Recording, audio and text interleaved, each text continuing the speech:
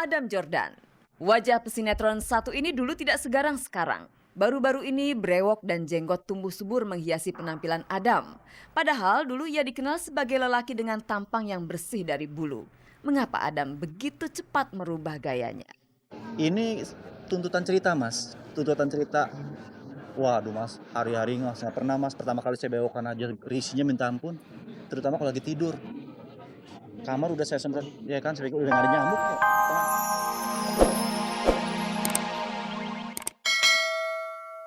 Sinetron yang sedang digarapnya. Saya hanya melaporkan kasus ini pembajakan karya cipta aja sih sebetulnya. Jadi apa yang diciptakan oleh saya dibajak oleh seseorang juga. Kebetulan kita melihat udah berapa kali sinetron ini ada kita kecurigaan gitu, ini seperti musik kita. Kebetulan kan saya pembuatan musik sinetron ya, musik sinetron, ilustrasi musik sinetron. Jadi digunakan oleh sinetron lain gitu, yang bukan saya buat gitu. Yang membajak karya saya gitu. Ya saya sebut sinetronnya, boleh nggak saya sebut ya? Etis nggak? Sebut. Bang Merah Bang Putih. Kita udah laporkan juga ke pihak production house-nya sebagai yang pembuat itu bahwa ini menggunakan karya saya ya dari mereka, cuma dari pihak mereka juga nggak ada niat baik ya. Yang membuat Iwang menjadi geram, orang yang diduga membajak karya ciptanya tersebut ternyata adalah teman dekatnya sendiri. Dulu orang dekat, dia perang dengan saya, dia bersaing dengan saya, tapi dia menggunakan karya saya, bukan karya dia sendiri. Bisa aja semua orang menjadi musisi sinetron dengan penghasilan mungkin lumayan begitu. Cuma kadang-kadang karena kejar tayang kan cepat sekali, mereka kehabisan ide, mereka ambil karya orang. Nah ini ya sebetulnya saya intinya mau menghimbau ini kan.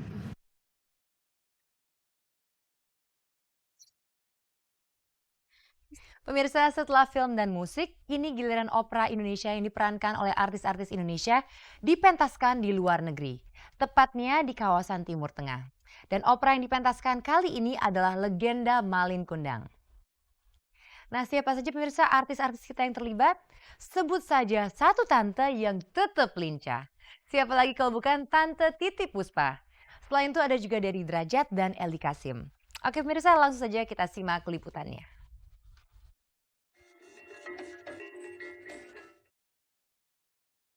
Cerita rakyat si anak durhaka Malin Kundang melanglang buana ke Timur Tengah. Legenda rakyat Melayu ini telah dipentaskan dalam bentuk opera oleh Sanggar Sangrina Bunda pimpinan Elly Kasim. Peran Malin Kundang dilakoni oleh Dery Drajat, sedangkan tokoh sang ibu diperankan Titik Puspa. Opera yang memadukan ragam kesenian modern dan tradisional dengan iringan musik Elva Sessioria ini digelar secara berkeliling di Dubai, Abu Dhabi, dan Syria. Rombongan kami sebetulnya berjumlah 30 orang ya, termasuk Tante Titik Puspa, Dery Drajat, karena di sana kami menampilkan opera Malin Kundang. Jadi di mana Tante Titik dan Dery itu berperan. Dery sebagai Malin Kundang, Tante Titik sebagai ibunya. Kita memakai live music dan musiknya itu musik etnik, lagu pun etnik. Nah, tari-tarian pun etnik tapi yang sudah dimodifikasi demikian rupa baju dan gerakannya bukan yang unculung, hidling, impring, bukan. Udah. Pokoknya itu orang Mereka melihat bagaimana Malin Kundang yang waktu kecil begitu sayang kepada ibunya, begitu cinta kepada ibunya. Tiba-tiba dia oleh sebuah peristiwa dia pergi merantau, terus pulang-pulang dia menjadi seorang Malin Kundang yang lain. Seorang yang sangat kaya, seorang bangsawan dan dia tidak mengakui ibunya. Sampai ibunya dia tendang-tendang, itu semua orang menangis. Padahal kita pakai bahasa Indonesia loh. Meski para penonton buta akan bahasa Indonesia, secara naluriah mereka mampu menangkap pesan legenda Malin Kundang ini. Mungkin mereka yang menonton tak habis pikir, ternyata bangsa Indonesia yang di kawasan Timur Tengah populer sebagai negara pengekspor tenaga kerja ini tak disangka menyimpan keagungan budaya. aduh sampai ini ya standing applause. Sampai kadang-kadang sampai ngobrol lama. Oh kok nggak taunya Indonesia tuh seperti ini. Yang kita lihat di CNN itu kok orang nenteng kepala orang. Gak taunya indah, cantik. Jelaslah bahwa kita menampilkan yang terbaik. Saya juga sangat-sangat menjaga kondisi di sana gitu. Karena di sana itu penontonnya banyak ya. Mungkin kalau kita pertunjukan kesenian tradisional Indonesia di negara kita, mungkin apakah ada penontonnya atau tidak saya juga nggak ngerti. Rasa puas bercampur bangga menghiasi raut wajah Dery, Eli Kasim, Titik Puspa, dan kawan-kawan setiba di tanah air. Hal itu wajar saja karena suksesnya misi kebudayaan ini sebagian besar berasal dari hasil keringat mereka. Cari sponsor, cari ini, cari. Ya banyak sih yang memberikan itu ya, yang berpartisipasi. Dengan pemerintah ya ada dengan 30% gitu di bagian Kementerian Pariwisata. Bisa jadi benar, sukses di negeri orang belum tentu disambut di negeri sendiri. Sedihnya, tak jarang anak muda negeri ini sekarang lupa akan budaya bangsa. Terhadap Ibu Pertiwi, kita mudah-mudahan jangan terlanjur seperti Malin Kundang. Saya pikir misi kebudayaan adalah nilai yang sangat positif yang harus didukung pemerintah untuk segera memperlihatkan kepada dunia bahwa Indonesia itu sungguh-sungguh sangat indah. Itu hanya dengan misi kebudayaan, hanya dengan senilah kita bisa lihatin ke semua orang. Makanya berdosa melupain budaya Indonesia. Berdosa. Ya.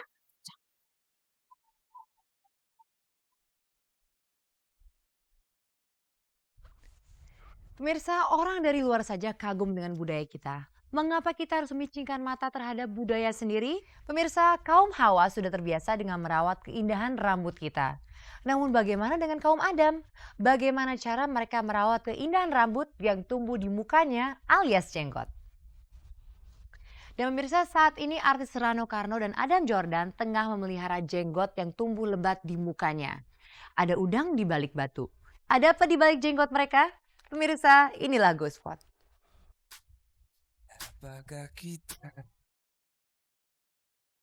Adam Jordan, wajah pesinetron satu ini dulu tidak segarang sekarang. Baru-baru ini brewok dan jenggot tumbuh subur menghiasi penampilan Adam. Padahal dulu ia dikenal sebagai lelaki dengan tampang yang bersih dari bulu. Mengapa Adam begitu cepat merubah gayanya? Ini tuntutan cerita mas, tuntutan cerita. Waduh mas, hari-hari mas, nggak pernah mas. Pertama kali saya bewokan aja risihnya minta ampun. Terutama kalau lagi tidur. Kamar udah saya semprot, ya kan, saya pikir udah gak ada nyamuk kok. Tengah malam saya lagi tidur, saya tepok muka saya, tepak, merah loh pipi saya mas. Saya pikir apa gatal, nggak tahu bewok, saya pikir nyamuk. Saya dapat peran ini kan jadi preman. Nah, saya lihat apa di balik ini semua. Ternyata tokoh preman yang akhirnya insaf. Nah, ini kan salah satu cerita yang baik yang buat diberikan pendidikan buat ke masyarakat, gitu ya kan.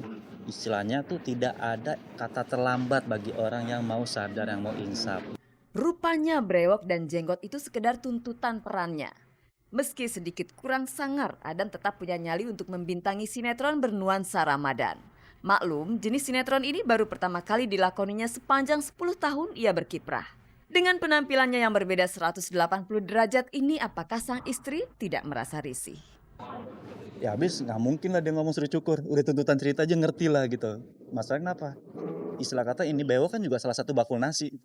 Kalau cukur di bewok, kontinitinya hilang dong. Repot sinetron saya kan nanti kan. Dari sekedar tuntutan peran, keberadaan brewok dan jenggot mungkin punya makna lain. Seperti yang tampak pada raut wajah Rano Karno, artis yang dulu identik dengan kumis tebalnya. Sekarang brewok dan jenggot ikut menandingi kelebatan kumisnya. Sejak kapan ia mulai berubah? Yang pasti bewok kan udah keluar gitu kan. Ini hikmah. Titik baliknya setelah almarhum Tino pergi. Mungkin 5 tahun yang lalu. Usia muda 41 tahun. Itu titik balik. Banyak peristiwa. Ya, almarhum Benyamin, Engkong, Pak Tile, kemudian Pak Bendot, kemudian Ibu Rodiah, di mana mereka adalah sebuah kunci-kunci titik balik. Bahwa suatu saat manusia pasti akan selesai. Sepeninggal Tino Karno dan kawan-kawannya yang terlibat dalam sinetron Sidul Anak Sekolahan, Rano Karno kembali merefleksikan perjalanan hidupnya. Bisa jadi perubahan drastis Rano Karno ini merupakan pertanda atas niatnya untuk hidup lurus. 35 tahun dikasih populer. Dulu berpikir populer karena kerja keras, nggak ada Allah. Oh ternyata saya bodoh. Itu saja sebetulnya, simpel saja. Saya ini kan sebetulnya anak kampung. Saya lahir di Kemayoran. Ya tentu saja kenakalan remaja anak kampung dengan remaja anak kota beda. Kenakalan saya barangkali dulu ya, yang namanya puasa di rumah, di luar nggak puasa. Itu satu. Bilang ngaji, nggak ngaji, itu 2. Gitu loh. Tapi alhamdulillah kalau kenakalan lain, alhamdulillah misalnya walaupun saya masih merokok, Tapi alhamdulillah saya nggak pernah narkotik. Saya nggak bisa minum. Jadi masih agak baik walaupun lingkungan seperti itu.